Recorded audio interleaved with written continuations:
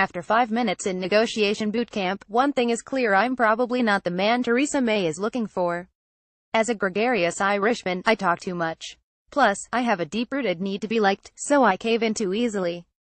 You are now what we call a conscious and competent negotiation coach, Steve Gates tells me.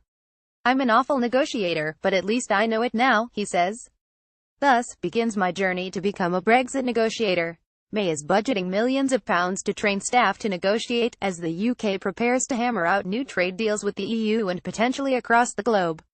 Gates, who runs the Gap Partnership, teaches executives these skills over 3.5 days. We didn't have that, so in an hour, Gates taught me some of the basics. Point 1. Know yourself. A negotiator needs to understand themselves. As I said, I like to be liked, and so avoid conflict. Liked is not respected, Gates sternly tells me. Second, I rush to fill any silence. This, I learn, is a mistake. Point 2. Know your enemy before talks start. Get to know your adversary. Share a little information to win trust and gain some in return. Research your opponent. In Brexit Secretary David Davis' position, find out who is influencing Chief EU negotiator Michel Barnier, and what their preferences are.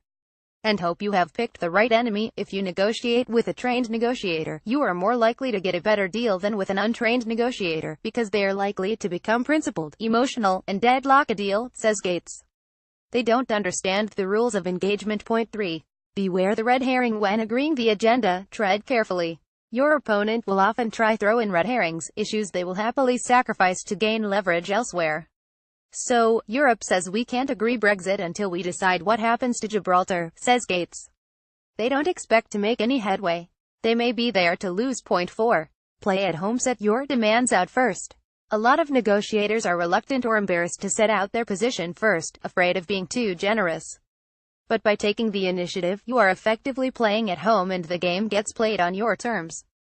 It's your terms you should be talking about, not theirs, Gates says. I'm looking for. I say, as we role-play an imaginary salary negotiation. He shoots me down immediately, telling me to avoid such a phrase as it implies I'm too easily open to negotiation. Point 5. Get comfortable with silence. Don't rush to fill a pause in conversation. You need to think, Gates says. Just say nothing, rather than being socially driven to fill the gap by saying what you are thinking, what you are feeling. You don't want the other side to know that. Point 6.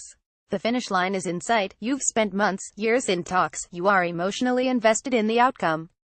That's when you become vulnerable, Gates says, as the opponent throws in a couple of late demands. His advice: sit tight, control your emotions, weigh, consider. Don't capitulate because you want to get home. Don't walk out in anger.